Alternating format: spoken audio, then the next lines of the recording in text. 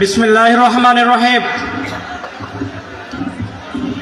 প্রিয় ঝিনাইদহবাসী, ঝিনাইদহ হল শহীদ ইবনুল ইসলাম পারভেজের রক্তে গড়া ঝিনাইদহ। ঝিনাইদহে হল আমার প্রিয় সোহানের রক্তে রঞ্জিত ঝিনাইদহ।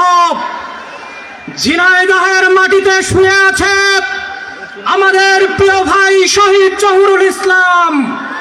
ঝিনাইদহের মাটিতে শুয়ে রয়েছে আমার শ্রদ্ধেয় শিক্ষক জনাব ইদ্রিস আলী পান্না।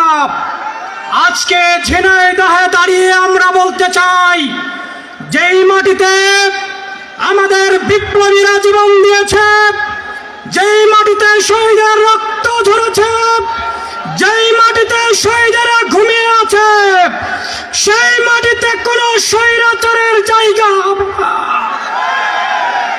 প্রিয় বন্ধুরা, আগামী 12ই ফেব্রুয়ারি হল বাংলাদেশকে স্বাধীন এবং সার্বভৌম বাংলাদেশ গড়ার দিন। 12ই ফেব্রুয়ারি হল যারা দীর্ঘ 16 বছর ঢাকায় আসতে পারে নাই, যারা দীর্ঘ 16 বছর ফ্যাসিবাদ বিরোধী আন্দোলনে সাড়া দিতে পারে নাই, যারা তার নেত্রী বাসভবনের সামনে থেকে বালির ট্রাক সরাতে পারে নাই, তারা যদি এখন আস্ফলন করে, তারা যদি আমাদেরকে বলে আমরা তাহাজ্জুদের নামাজ পড়েই ভোট সেন্টারে যাব, আমরা বলবো আপনি শেখ হাসিনার পথ পদাঙ্ক অনুসরণ করছেন।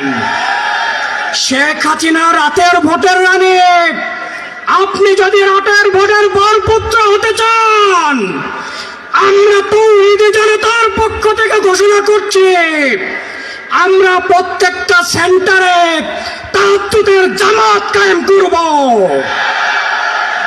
প্রিয় তৌহিদি জনতা, আমি হ্যাঁ ভোটের পক্ষে একটি আহ্বান জানাবো। 12 তারিখে আমরা ফ্যাসিবাদকে লাল কার্ড দেখাবো। 12 তারিখে আমরা স্বৈর শাসনকে লাল কার্ড দেখাবো। 12 তারিখে যারা দুর্নীতিবাদ, চাঁদাবাজ, যারা সন্ত্রাসী কর্মকাণ্ডে লিপ্ত, তাদের লাল কার্ড দেখানোর দিন।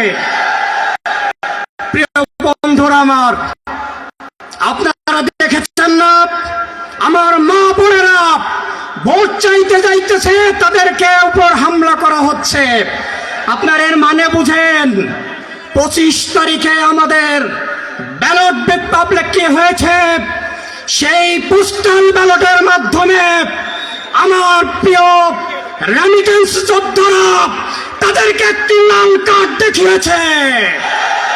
ইতিমধ্যেই সোশ্যাল মিডিয়াতে এই লাল কার্ড এমন ভাবে ভাইরাল হয়েছে, তারা প্রতিটি রিলসের মাধ্যমে তাদের পতনের যে দৈগান শুরু হয়েছে তারা সেটা দেখতে পাচ্ছে।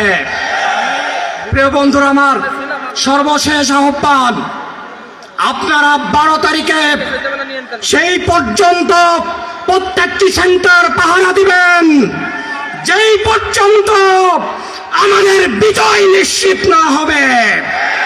ঝিনাইদহের মাটিতে কোনো চাঁদাবাজ, টেন্ডারবাজের স্থান হবে না। ঝিনাইদহের 4টি আসনে আমরা কোনো চাঁদাবাজকে দেখতে চাই না। সেই 12 তারিখ পর্যন্ত সতর্ক থাকার আহ্বান জানিয়ে এডি পার্টির পক্ষ থেকে আপনাদের সবাইকে ধন্যবাদ জানিয়ে আমি আমার